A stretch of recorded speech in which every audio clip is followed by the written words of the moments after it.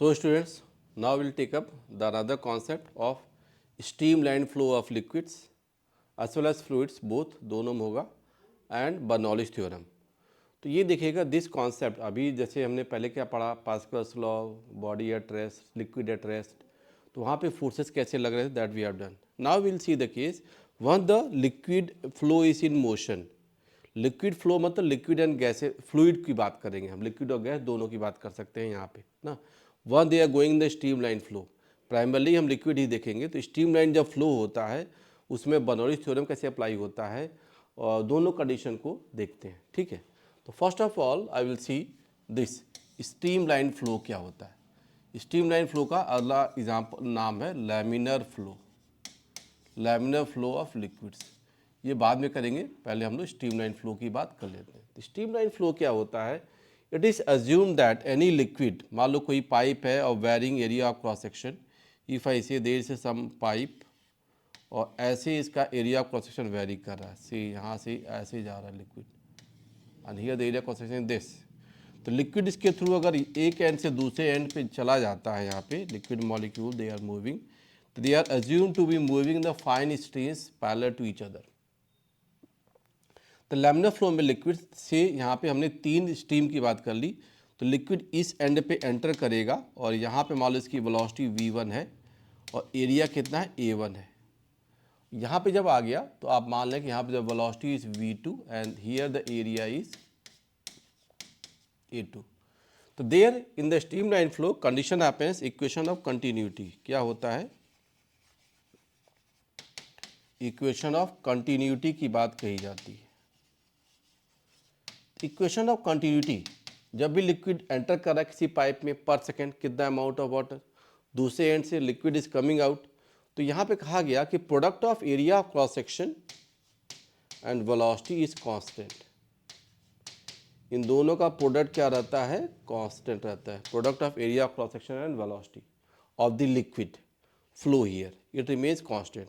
और ये किसके लिए होगा, स्ट्रीमलाइन फ्लो या लैमिनर फ्लो वाली जो बात होती है किसके लिए कहते हैं हम लोग, कैसे लिक्विड होंगे, दैट लिक्विड या fluid, this liquid shall be incompressible. Incompressible मतलब उसको कंप्रेस नहीं किया जा सके, means density is constant, density is incompressible है। दूसरी बात क्या कही जाती है, it is non viscous, viscosity की प्रॉपर्टी भी नहीं ली जाती है। Non viscous incompressible liquid is taken into account. तो दो चीज़ें आपको ध्यान देना, नॉन विस्कस है, इनकम्प्रेसिबल है। तो density is constant and coefficient of viscosity is also 0। अब फाइन स्ट्रीम्स की बात करती है, liquid is assume to move in the fine streams going parallel to each other.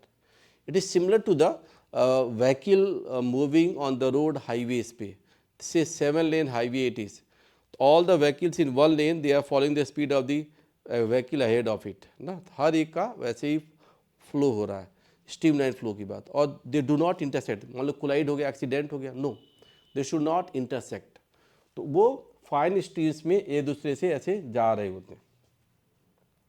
तो लैमिनर फ्लो की, स्ट्रीमलाइन फ्लो की कंडीशन क्या होती है, उस कंडीशन को भी हम लोग देख सकते हैं। ये तो बात आ ही गई। इसके साथ एक और कंडीशन होती है स्ट्रीमलाइन फ्लो की, ये तो एज्यूम पहले मान लिया जाता है और ये कंडीशन फॉलो करनी है। इस कंडीशन कैसे हम फॉलो करेंगे, जस्ट सी। अब मान लो यहाँ पे कोई लिक्विड है, इसमें जा रही है और मैंने A1 मैंने 3 मॉलिक्यूल ले ली, 1 2 3 ले लिए। I name them S 1 2 3, 3 molecule है, वो यहाँ पे थे तो उनमें स्पीड v1 थी। अब यही मॉलिक्यूल जब यहाँ पहुँचेंगे, यही मान लो यहाँ आगे 1 2 3, जब यहाँ पर आ जाते हैं अगेन दे आर 1 2 3, तो जब यहाँ से पोजीशन, यहाँ इस पोजीशन से सेकंड पोजीशन पे जा रहे हैं, इसको मान लो A और इसको मान लो B, तो A से B तक जब जा रहे हैं, यहाँ से यहाँ तक जब शिफ्ट कर रहे हैं यही मॉलिक्यूल, जब वहाँ दे आर गोइंग देयर, तो व्हाट यू विल फाइंड, पहली बात इसमें क्या होती है, a molecule, a single molecule can have different speed at different points. मतलब single molecule can have different speed at different point. पहले का नाम मैं यहाँ पे देता हूँ, इसे A से B तक गया, यहाँ स्पीड क्या है, इसका नाम दे दो P, 1 वाले का, और यहाँ पे नाम दे दो P। तो 1 वाले को मैं क्या कर रहा हूँ, Vp एट पोजिशन 1 ना, Vp एट पोजिशन 1 कन्वर्ट हो गया बाद में Vp एट पोजिशन 2। पोजिशन 2 पे आप इसकी वेलोसिटी क्या होगी, तो ये Vp एट पोजिशन 1 पे स्पीड क्या है V1, Vp एट पोजिशन 2 क्या है, ये P1 ही मानो, वन मॉलिक्यूल का, यहाँ स्पीड क्या होगी V2। Same molecule different point पे जब जाता है तो it can have different speed. Same molecule has different speed at different points, at different points। Same molecule की अलग अलग जगह पे डिफरेंट स्पीड हो जाएगी, but all the molecule will have same speed at A given point. अब मैं क्या कहना चाहता हूँ, ये सब मॉलिक्यूल जो यहाँ पे थे, मान लो इसको P Q और R देता हूँ, इनके नाम देता हूँ PQR, ये भी मान लो PQR इन नाम था। तो वन पोजीशन पे हम कहेंगे Vp1 equal to VQ1 equal to VR1। सबकी जो स्पीड थी यहाँ पे क्या रहेगी, वो V1 रहेगी। Vp2 VQ2 VR2 यहाँ पे 2 हो जाएगी। तो मतलब एक मॉलिक्यूल की एक पॉइंट पे स्पीड सेम रहती है। जैसे व्हीकल है, व्हीकल जा रही थी, आगे कोई स्पीड लिमिट आ गया या कोई ब्लॉकेज आ गया, या मान लो कि टोल टैक्स पॉइंट है, तो आप सब मॉलिक्यूल सारे व्हीकल रुकेंगे। एक पॉइंट पे same molecule will have the same speed, all molecules will have the same speed. तो अब आप अगला पॉइंट मैं क्या कर रहा हूँ यहाँ पे, all molecules have same speed at a given fix point, एक पर्टिकुलर पॉइंट पे जब सब लोग जाएंगे तो उनकी स्पीड क्या रहेगी, सेम रहती है।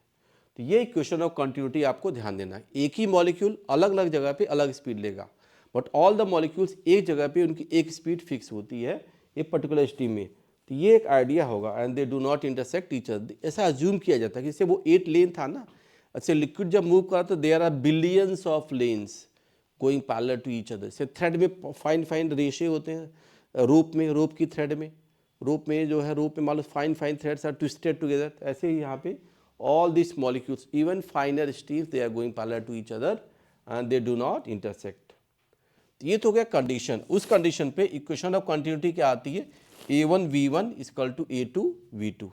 ये कंडीशन कैसे आएगा, इसको भी हम लोग प्रूव करेंगे। Equation of continuity how A1 V1 equal to A2 V2, इसको भी प्रूव कर सकते हैं। ये कैसे आता है, depends on the conservation of मास। तो पहली बात तो हमको इक्वेशन ऑफ कंटिन्यूटी पता होना चाहिए, क्या होता है और स्ट्रीमलाइन फ्लो का क्या मतलब है ना, दिस थिंग हैपेंड। अब आप देखिए equation of continuity A1 V1 equal to A2 V2, how does it happen, it depends on conservation of mass, it depends on conservation of mass. Mass conservation पे depend करता है कि liquid एक pipe में किसी सेक्शन में अगर जा रहा है तो कितना वो फर्दर मूव कर पा रहा है। मतलब वो ध्यान है कि उस पाइप में लिक्विड का जो मोशन है ना, any liquid is entering the pipe at one end, same liquid will come out. तो वही कंजर्वेशन ऑफ मास की बात कही जाएगी, करेक्ट। तो ये ध्यान दीजिएगा। आई से कि यहाँ पे जो अगर डेल्टा m1 मास एंटर किया पर सेकेंड में बाई डेल्टा टी, तो वही मास यहाँ से बाहर जाएगा delta m2 by delta T.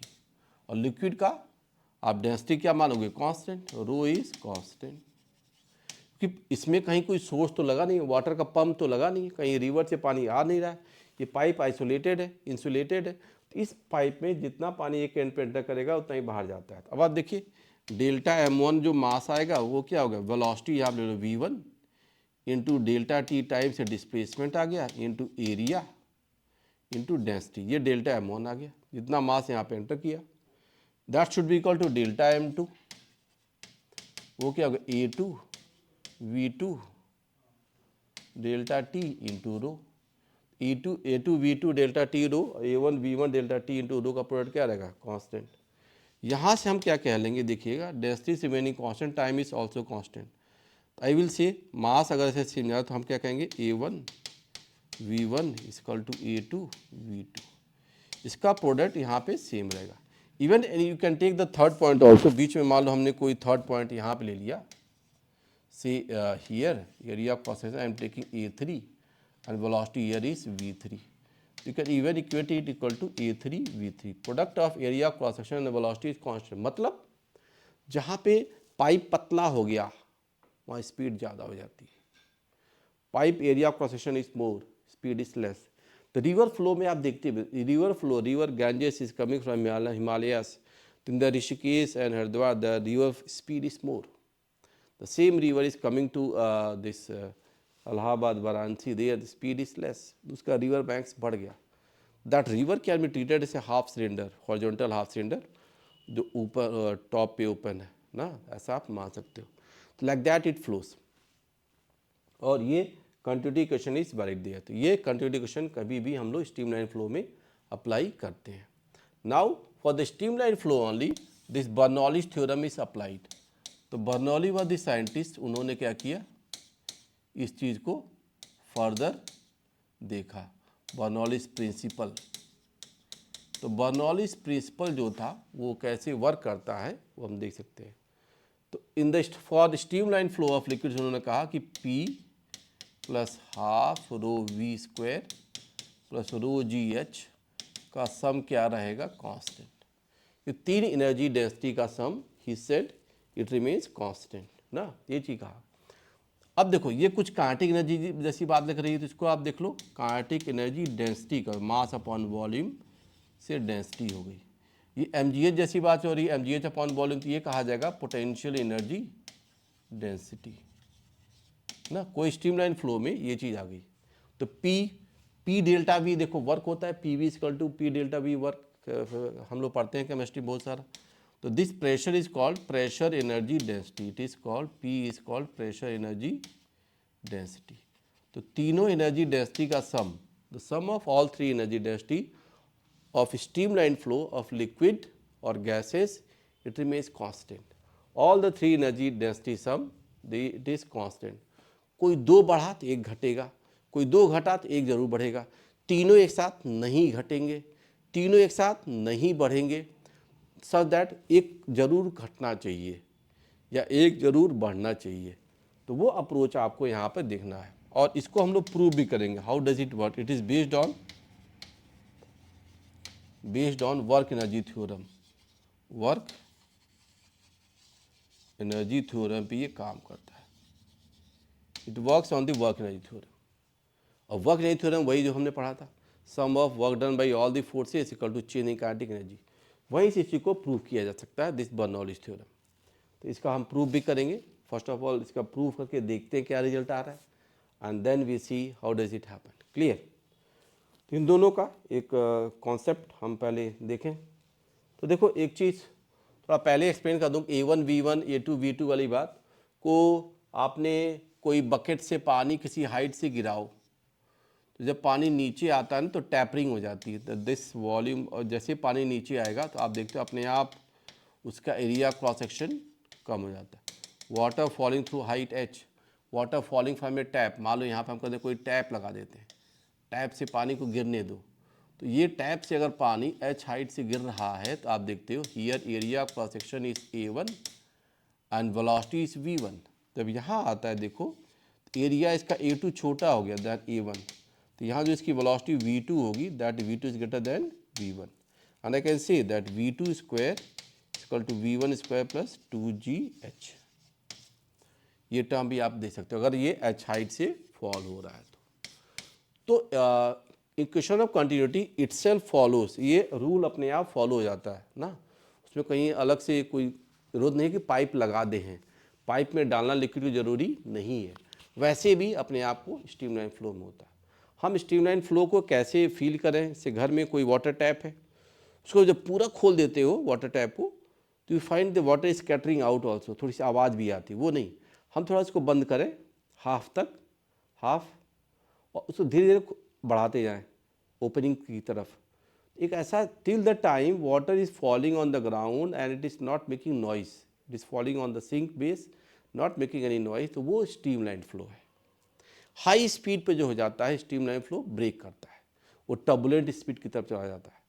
तो इसलिए देखते हो नदी में जहाँ बाढ़ आ रही है वहाँ पे स्पीड बढ़ गई, मतलब डिजायर्ड वैल्यू से स्पीड जब बढ़ जाती है तो टर्बुलेंट फ्लो है, इट शुड नॉट बी। तो स्ट्रीमलाइन फ्लो में A1 V1 A2 V2 वाला कॉन्सेप्ट हम यहाँ पे देखते हैं। तो यहाँ पे देख सकते हो A1 V1 equal to A2 V2 is happening when liquid is falling through a height h, ये देख पा रहे हैं। अब बर्नौलीज थ्योरम देखते हैं। बर्नौलीज थ्योरम को मैं प्रूव करता हूँ, how does it happen.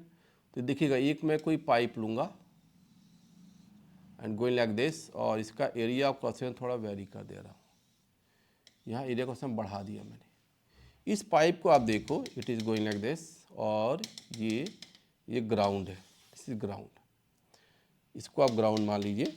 From this ground water is entering, और इस एंड से जाकर के दूसरे एंड पे बाहर चला जा रहा है। You can assume it like this ना। तो यहाँ पे V1 वेलोसिटी ले लो, area of cross section you take it as A1, here velocity you take V2 and area of cross section you take it as A2। Liquid की density is constant. अब देखो पानी का जब प्रेशर फोर्स यहाँ से धक्का दिया जा रहा है ऊपर की तरफ, यहाँ पे देखोगे फोर्स F1, ये धक्का दिया जा रहा है ऊपर जा रहा है, तो प्रेशर की वजह से फोर्स इधर आगे लगेगा। इसका वर्क डन प्रेशर का यहाँ पे P1 की वैल्यू P1 A1 जो होगा वही F1 के बराबर है, तो ये इसको पुश कर रहा है। यहाँ का देखो, इसके आगे भी लिक्विड रहा होगा जो इसको आगे जाने से रोक रहा है, तो यहाँ फोर्स जो F2 आएगा, if you see the F2 force, F2 force is inside. F2 force अगर देखेगा तो दैट इज इनसाइड, अंदर की तरफ F2 फोर्स जाएगा, ये अंदर रोकेगा, मतलब ये कंप्रेसिव नेचर है। मतलब देखो F1 फोर्स लिक्विड को आगे बढ़ा रहा है, लेकिन F2 फोर्स उसको आगे जाने से रोक रहा है, क्योंकि आगे और भी लिक्विड्स हैं। देखिए मेकिंग लाइक दैट। तो दो लोग काम कर रहे हैं, एक यहाँ पे प्रेशर P1, एक प्रेशर P2, उसका फोर्स F1 और दिस। तो वर्क डन बाई प्रेशर जो हो जाएगा, प्रेशर से मैं कह लूँ, तो उसका जो फोर्स आएगा तो आप कह सकते हो F1 into S1 minus F2 into S2, pressure वाला। और अब देखिए प्रेशर में लिखूँ तो मैं कहूँगा P1 A1, और S1 क्या हो गया, S1 इज द एरिया ना। S1 एरिया को हम लोग यहाँ पे लिख सकते हैं P1 A1 और this S1 is the area, correct. ये आ गया आपके पास, और यहाँ पे क्या हो गया माइनस P2 A2 S2। तो आपका work done by the pressure ऐसे मिल गया। इसका वर्क डन यहाँ पे पॉजिटिव वर्ड, इसका वर्क डन पॉजिटिव हो रहा है, और इस फोर्स का क्योंकि वेलोसिटी इधर अपोजिट है तो इसका वर्क डन क्या आ रहा है, नेगेटिव आ रहा है। तो अब आप देख सकते हो दिस प्रेशर का वर्क डन क्या हो गया, P1 delta V1 minus P2 delta V2, ऐसा हम लोग लिख सकते हैं। ठीक है, this thing we can do है। अब देखो A1 S1, और अगर मैं यहाँ पर रखता हूँ फोर्स प्रेशर वॉल्यूम से, ये रिजल्ट आपको मिल गया। वॉल्यूम जो होगा किसी भी पर सेकेंड में आप देखोगे वैल्यू विल रिमेन सेम। तो वर्क डन बाय प्रेशर तो ये आ गया। तो और हम ये भी मान सकते हैं गिवन टाइम में delta V1 equal to delta V2। क्यों? क्योंकि आप जानते हो area of cross section to displacement, displacement जो हो गया आप देखें A1 S1 क्या हो गया V1 into delta T time S1, और डेल्टा ये हो गया A2, S2 क्या होगा डिस्प्लेसमेंट है तो V2 into delta T time. S for displacement, correct, A for area. तो what you see A1 V1 equal to A2 V2, इसलिए इसका वॉल्यूम क्या रहेगा, दोनों जगह सेम रहेगा। अब वर्क डन बाय ग्रेविटी देखिए, तो वर्क डन बाय ग्रेविटी देखो तो कोई डेल्टा M मास, यहाँ से जो डेल्टा M मास था वो उठ के ऊपर तक गया, इसका हाइट राइज कितना हुआ वो भी हम देख सकते हैं, that is H2 minus H1 is the height rise, change in height. तो work done by gravity delta M mass पे क्या हो गया, डेल्टा M G टाइम्स क्या हो जाएगा H2 minus H1 is a change in height, height ऊपर गया। और mg फोर्स देखो तो मॉलिक्यूल पे mg फोर्स नीचे है, हाइट ऊपर जा रहा है, तो थीटा इज 180 डिग्री। तो वर्क डन बाय ग्रेविटी क्या आ जाएगा माइनस ऑफ दिस, ये रिजल्ट भी आप यूज़ कर सकते हैं। ठीक है, तो work done by gravity, work done by pressure, इन दोनों को हम लोग यूज़ करेंगे, करेक्ट। अब इन दोनों को यूज करते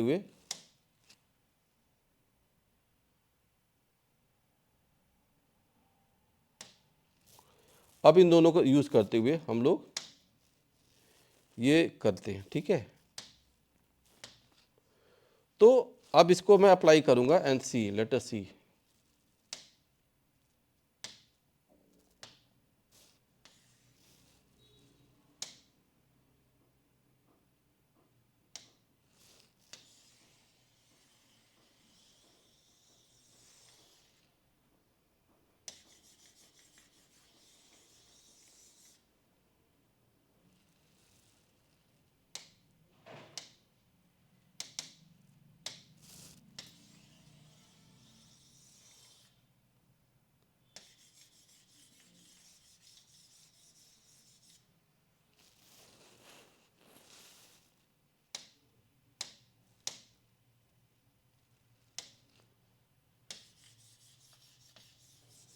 थोड़ा सा मैं इसको चेक करता हूँ, हाउ डज इट हैपन, थोड़ा सा इसको हम हटाएंगे, ठीक है जी।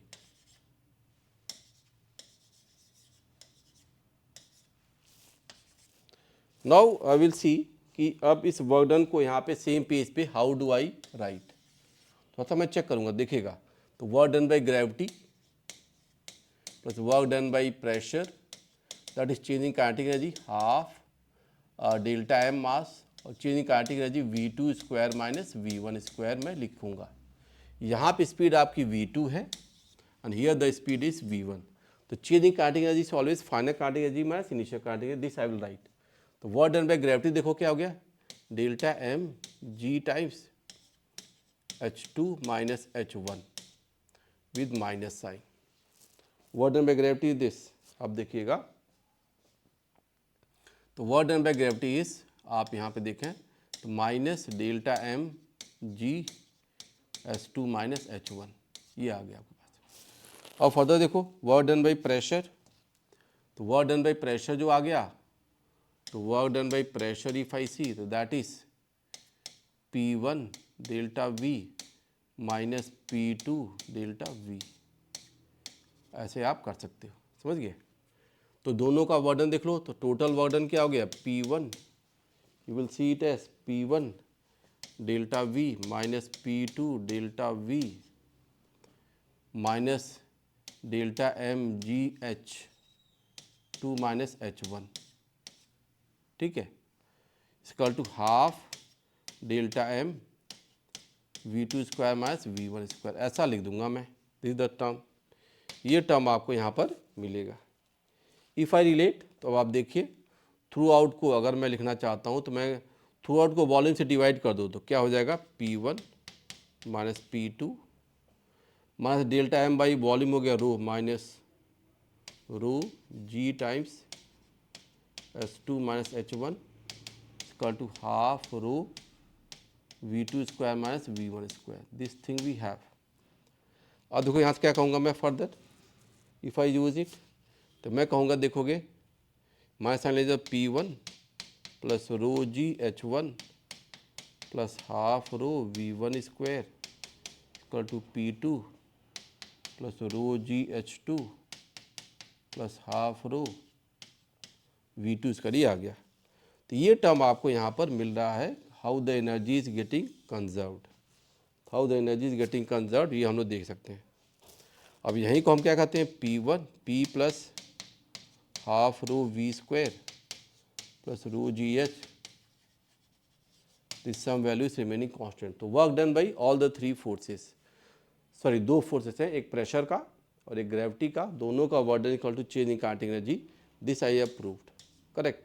प्रेशर में और उसमें वर्क डन जो होता है, those forces are in the direction of velocity motion, they are positive, forces acting opposite to the velocity motion, they are negative. से ग्रेविटी वाली बात होती है, ग्रेविटी हम देख रहे थे liquid finally is going up, तो वर्क डन में ग्रेविटी हमने नेगेटिव लिया। तो ये आपका बर्नौलीज थ्योरम है। This Bernoulli's theorem it has a wider use, काफ़ी ज़्यादा फ्लूइड मैकेनिक्स में इसका यूज़ होता है, फ्लूइड इन मोशन में यूज़ किया जाता है।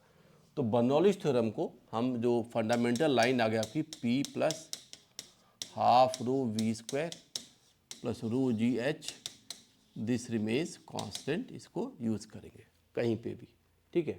Height of the liquid and all. अब इसका सबसे अच्छा एग्जाम्पल क्या होता है, हम निकालते हैं पहले velocity of efflux.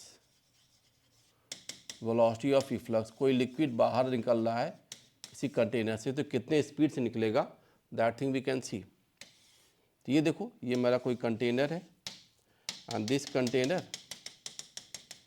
Is having liquid here, और इसकी जो हाइट है मैं एज्यूम करता हूँ the height is h, this height is h, correct. Container की हाइट h है और आई क्रिएट अ होल,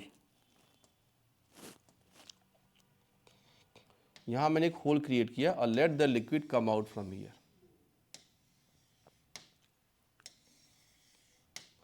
तो लिक्विड यहां से ऐसे बाहर जा रहा है, लिक्विड ऐसे बाहर जा सकता है, ऐसे थोड़ा जूम करिएगा। तो once liquid is coming out from the hole, तो वो किस स्पीड से बाहर आएगा, उसको अगर ये हाइट h है and this height is small h, तो अब आप देखिएगा इसका area cross section, if I take the area cross section here as a and here area cross section is छोटा a, छोटा is much less than capital A, ऐसा आप assume कर लो। मतलब क्या हुआ यहाँ पे, अगर मैं इस पॉइंट पे जो स्पीड डाउनवर्ड इसकी देखूं कि v1 डाउनवर्ड जो था वो टेंडिंग टुवर्ड 0, आप अज्यूम कर सकते हो क्योंकि area is much greater than this, तो v1 स्पीड आप यहाँ पे 0 मान सकते हो। तो लिक्विड यहाँ पे ऐसा स्ट्रीमलाइन फॉर्मेशन खुद ही बना लेता है कंटेनर में और यहाँ से बाहर जाने की टेंडेंसी आएगी।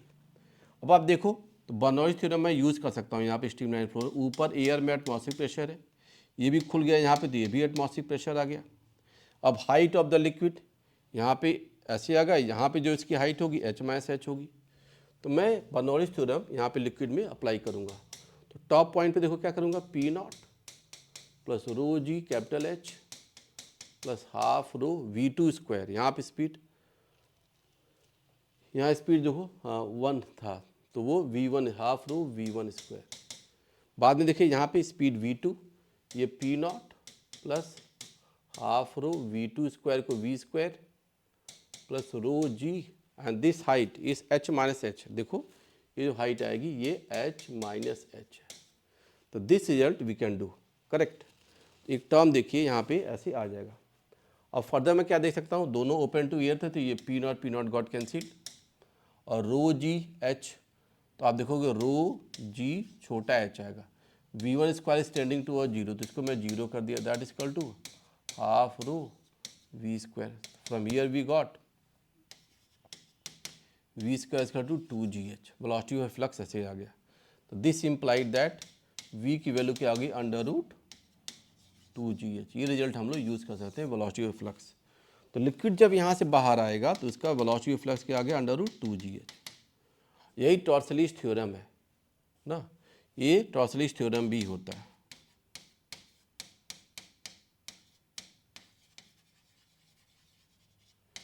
कि the speed is the velocity of flux, velocity of flux का मैग्नीट्यूड जो है it is equal to velocity of ball falling through height है, velocity of object falling by h, falling by h, h value से वो जितना नीचे गिरता है वही इसकी स्पीड ऑफ फ्लक्स भी आती है। और अब हियर दो द स्पीड इज हॉरिजॉन्टल, वहाँ स्पीड क्या थी, वर्टिकल स्पीड होती। कोई बॉल यहाँ से गिरता h हाइट से तो उसकी वर्टिकल जो स्पीड आती है अंडर रूट 2gh, वही यहाँ पे हॉरिजॉन्टल स्पीड आ गई इसकी। और मैंने एक कंडीशन बस मान ली कि area cross section the top of the container is much greater than this. अब ऐसा एज्यूम कर सकते हो कि कोई एक big water tank of colony, lakhs of litre of water is there, वो मान लो वहाँ पे एक सिंगल टैप बस लगा दो, धीरे धीरे पानी खुले कि वो एम्प्टी होने में 1 year it is taking, you see at the top for 5 minutes, तो आपको लगेगा उसमें कोई चेंज हाइट में आ ही नहीं रहा है, उसका h हाइट वाला चेंज आपको वहाँ वेलोसिटी 0 भी दिख सकती है लगभग। तो वो कंडीशन में लगा के वेलोसिटी ऑफ फ्लक्स देख लिया कि जितना ज़्यादा फ्री सरफेस से जितना ज़्यादा हाइट होगी उसमें ज़्यादा फ्लक्स स्पीड आ सकती है। तो this thing and Torricelli's theorem ये मैंने बताया यहाँ पे, करेक्ट। अब देखिएगा once we have velocity of flux तो रेंज ऑफ लिक्विड कहाँ तक जाएगा वो भी हम लोग देख सकते हैं।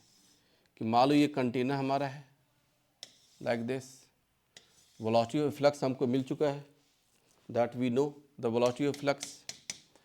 ये देखिए ये आपका यहाँ का ऐसे आ गया और यहाँ पे मैंने एक छोटा सा होल क्रिएट किया था, तो लिक्विड ने अपने अंदर ही एक इफ्लक्स वाली बात को देख लिया। This thing happened and this height was h minus H. ऊपर साइड क्या लिए थे मैंने, small h, this was capital H। Now देखिए जब ये लिक्विड आ रहा है तो it will hit the ground, कहीं पे आके ये x डिस्टेंस कितना दूर पे जाके हिट करेगा वो भी वैल्यू हम लोग देख सकते हैं। At what distance x it will hit the ground, that thing also we can see कि ये लिक्विड कहाँ पे हिट कर सकता है।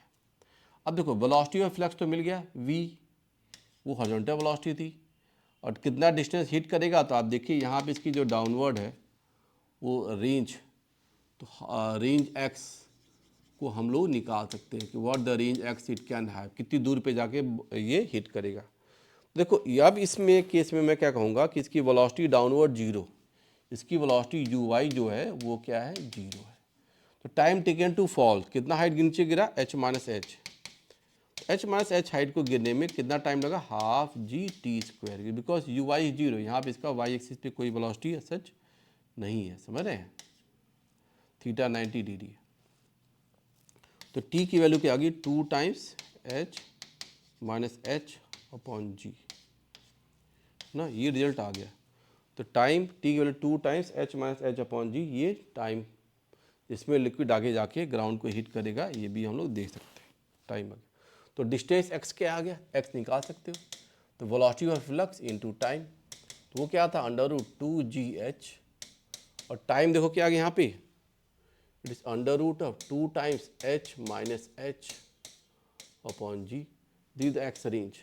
तो एक्स रेंज की वैल्यू देखो क्या आ गई, अंडर रूट ऑफ 2 टाइम्स छोटा h into H minus h. इन दोनों का प्रोडक्ट ही क्या हो गया आगे, और 2 इंटू 2 4 हो गया, इट इज़ 4। तो x जो डिस्टेंस आ गया it is under root of, देखिएगा 4 टाइम्स छोटा h into H minus h. तो ये रिजल्ट रेंज की बात करेगा कि कितने डिस्टेंस पे आके हिट कर रहा है। और उसको आप ये भी कह सकते हो, दो पार्ट में स्प्लिट कर लो कि मान लो टोटल इसका ये जो वैल्यू है ये मान लो 10 मीटर्स है, तो आप इसमें रेंज देख सकते हो। पहला केस में कह दूं कि मान लो छोटा h जो है 4 है, तो x की वैल्यू क्या होगी, अंडर रूट ऑफ 4, छोटा h हो गया 4, तो बड़ा h माइनस एच कितना हो गया 6, तो डायरेक्ट वैल्यू निकाल सकते हो under root of 4 into 4 into 6, तो अगर 4 रूट 6, ये आ गया 4 रूट 6 मीटर्स। तो कितना डिस्टेंस आगे हिट करेगा वो वैल्यू वगैरह भी हम लोग चेक कर सकते हैं। अप्रोच क्या है, this thing we have to see, समझ रहे हैं, तो ध्यान देना। अब मान लो मैंने अगला भी केस ले सकता हूँ कि मान लो कहते हैं कि h की वैल्यू, ये h की वैल्यू से 7 है, तो h माइनस एच कितना हो गया, वो 3 आ गया फॉर 10। तो यहाँ पे x की वैल्यू क्या आ जाएगी, under root of 4 into 7 into 3। तो आप देख सकते हो 7 इंटू, ये आप देखिए यहाँ पे 4 7 28 इंटू 3, तो अंडर रूट 84 मीटर्स ऐसे आ गया, लाइक दैट। तो आप कोई भी पेयर ऐसे बना सकते हो, और रेंज कहाँ पे हिट करेगा that value also we can do. तो डिस्टेंस आगे क्या आता है वो भी हम लोग निकाल सकते हैं। कई बार पूछता है कि मैक्सिमम डिस्टेंस क्या होगी जहाँ ये हिट करेगा, वो भी वैल्यू हम लोग निकाल सकते हैं। तो मैक्सिमम डिस्टेंस जब ये पूछा जाए कि हॉरिजॉन्टल रेंज मैक्सिमम क्या होगा, वो भी वैल्यू हम लोग देख सकते हैं। मान लो ये कंटेनर है and this the hole created and it was this,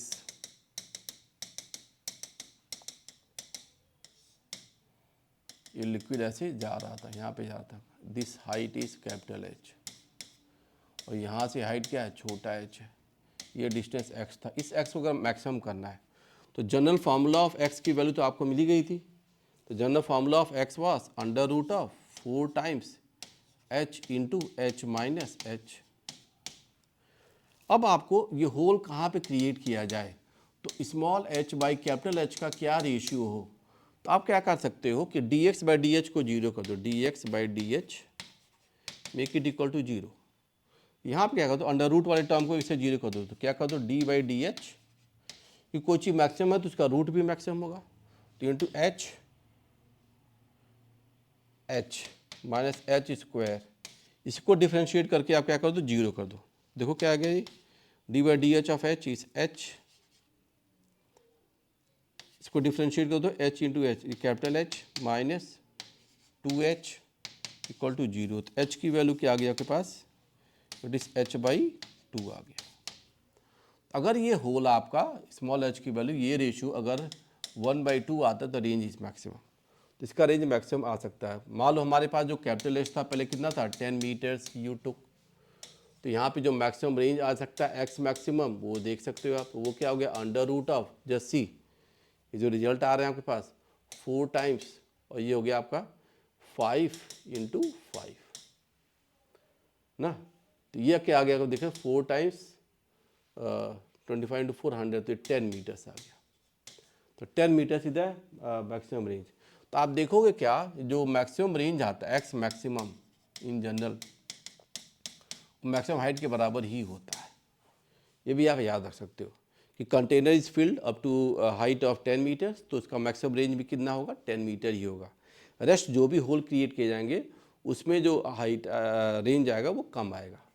तो ये आप रिजल्ट यहाँ से भी देख सकते हो। Correct, this thing is there, range की बात कैसे कहाँ पे हिट कर सकता है। यहाँ पे एक चीज़ और होती है, जो होल हमने क्रिएट किया, इफ़ दो होल क्रिएट करते हैं डिफरेंट हाइट पे h1 प्लस h2 और उसका सम h हो जाए, दो होल ऐसे क्रिएट करो आप, जब h1 और h2 की वैल्यू दे दो और दोनों का मान लो एक ये h1 कह लो, एक और होल मैं यहाँ से क्रिएट करता हूँ, वो यहाँ से क्या आ जाए h2 आ जाए, और दोनों होल पे रेंज सेम आ सकती है। If h1 plus h2 is h, तो आप देखोगे x1 इक्वल टू क्या आता है x2, ये बात भी सही होगी।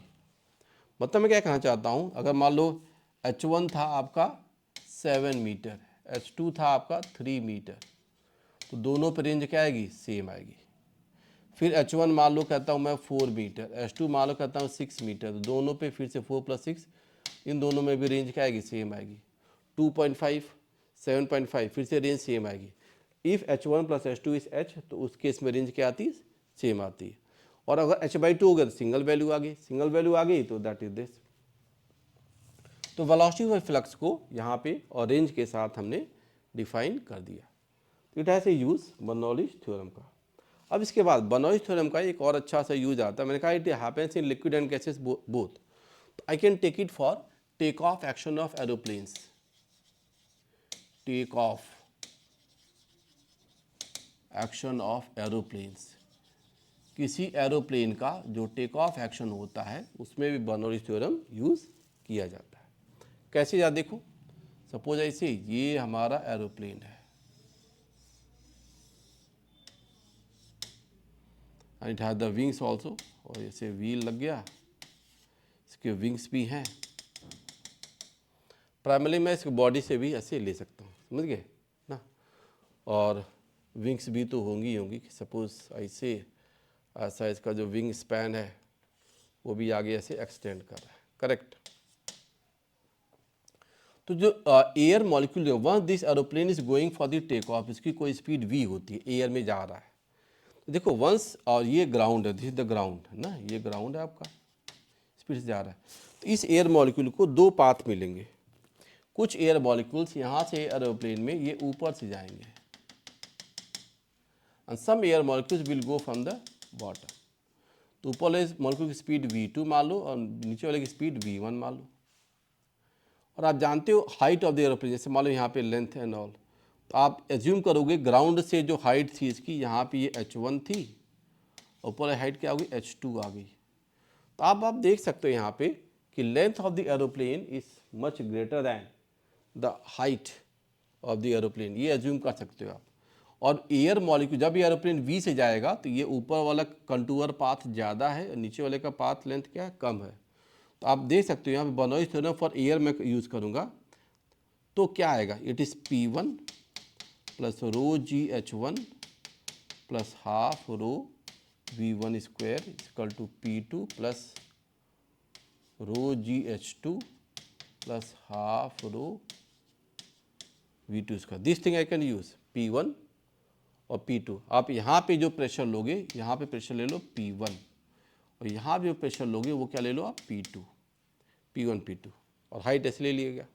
अब देखो V2 क्योंकि सेम टाइम में ये ज़्यादा पाथ कवर करेगा तो V2 will be more than V1। तो मैं यहाँ पे क्या कह सकता हूँ, V2 मोर देन V1 आ गया और H1 H2 हाइट को comparatively H1 equal to H2 मान लो। ये थोड़ा एग्जाम्पशन करके मान रहे हैं, 10-20% का एरर ले रहे हैं। और सेम कर दो तो क्या आ जाएगा, आप देखोगे आप जहाँ पे स्पीड ज़्यादा है V2 ज़्यादा हो गया तो मैं क्या कह पाऊँगा, P1 minus P2 equal to क्या हो गया, half rho times V2 square minus V1 square. ये रिजल्ट हम लोग कर सकते हैं। प्रेशर का difference equal to half rho V2 square minus V1 square, this thing we can do. मतलब प्रेशर नीचे ज़्यादा है और ऊपर प्रेशर क्या है, कम है, तो pressure P1 is more than P2, this we can use. तो अब थ्रस्ट लगेगा, यहाँ पे फोर्स अब थ्रस्ट लग जाएगा एरोप्लेन पे, वो क्या आ जाएगा P1 minus P2 into area of base, area of base of aeroplane हम ले सकते हैं। अब थ्रस्ट लगेगा कि नीचे प्रेशर ज़्यादा होगा, ऊपर प्रेशर क्या हो गया, कम हो गया। जहाँ स्पीड ज़्यादा है वहाँ प्रेशर क्या है, कम है। तो अगर ये चीज़ greater than mg of plane हो गया तो प्लेन टेक ऑफ कर जाता है। मतलब इंजन और उसकी सबकी यही टेक्नोलॉजी होती है, वो यही करते हैं कि स्पीड जो होगा नीचे वाले एयर की स्पीड ज़्यादा कर दें, ऊपर वाली स्पीड क्या रखें, ऊपर वाली स्पीड ज़्यादा रखें, नीचे वाली स्पीड को कम रखें। तो और ये रिजल्ट यहाँ पे अप्लाई किया जाए। तो जब मैं इसे यूज़ करूँगा तो mg ऑफ एरोप्लेन, और ये रिजल्ट आप देख सकते हो, क्या कहोगे आप, हाफ रो, तो ये टर्म देखो क्या हो गया, P1 minus P2 into area of base, area of the base equal to half rho times V2 square minus V1 square, this value we can do ना। तो ये रिजल्ट हम लोग यूज़ करेंगे। कुछ यहाँ पे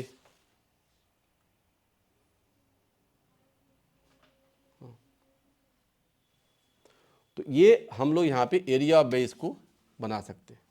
अब आप देखो V2 माइनस V1, जब पास ये स्पीड जो है ना, जब ज़्यादा स्पीड में जाओगे एरोप्लेन को तो अपर स्पीड और लोअर स्पीड का पेयर भी बढ़ता जाता है। मतलब मैं कह रहा हूँ 2 का स्क्वायर माइनस 1 का स्क्वायर, वो क्या होगा 4 माइनस 1 3, 10 का स्क्वायर माइनस 9 का स्क्वायर, कंसेक्यूटिव नंबर्स, तो वो क्या आ जाएगा 100 माइनस 81 √19। तो ज़्यादा स्पीड पे प्रेशर डिफरेंस भी क्या होता है, बढ़ जाता है। तो एरोप्लेन को टेक ऑफ लेने के लिए ज़्यादा स्पीड करना पड़ेगा। ज़्यादा स्पीड पर एरोप्लेन टेक ऑफ करता है तो प्रेशर डिफरेंस अच्छा मिलेगा, समझ गए। तो ये आइडिया आप कर लेंगे। और रो क्या है, रो इज डेंसिटी ऑफ एयर, इसको हम डेंसिटी ऑफ एयर मानते हुए यूज़ कर सकते हैं। तो rho is the density of air, और उसको अप्लाई करते हुए अगर mg ऑफ एयरप्लेन से आ गया तो ये टेक ऑफ कर जाता है। इसलिए रनवे लंबा रखा जाता है, जितना लंबा रनवे होगा तो वो स्पीड डिफरेंस अच्छा मिलेगा और अपथ्रस्ट भी अच्छा मिलेगा। शॉर्ट रनवे जो होते हैं they are not very effective मस की, माने कि उसमें सिक्योरिटी का थोड़ा सा थ्रेट मिलेगा, तो आप उसका लेंथ क्या रखेंगे, ज़्यादा रखेंगे। यही कॉन्सेप्ट आपका यूज़ होता है। आप देखिएगा even it is said that Titanic crashed due to this Bernoulli's theorem principle, कि वो जो शिप था टाइटैनिक और देयर वाज आइसबर्ग, तो दोनों के बीच के पानी का जो भी स्पीड आ गई थी और लो प्रेशर क्रिएट हो गया था, तो that Titanic crashed with the this iceberg, क्योंकि वो टाइटैनिक चला तो उसके साथ ये भी चीज़ें चल गई। तो हाई स्पीड पे ये कनेक्ट वाली बात आती है, लो प्रेशर वाली बात। जैसे मालूम मैं कहना चाहता हूँ कि ये बोट है आपका, देखो एक बोट ये भी है, दो बोट अगल बगल चलें बहुत तेज़ से and they are moving faster, B1 boat है और B2 बोट है ऐसे, तो बीच का जो पानी होगा ना, ये वाटर है, इसकी स्पीड भी बढ़ जाती है। ये मान लो स्पीड इज़ V2 और अगल बगल इधर के पानी का स्पीड क्या है, वो V1 है।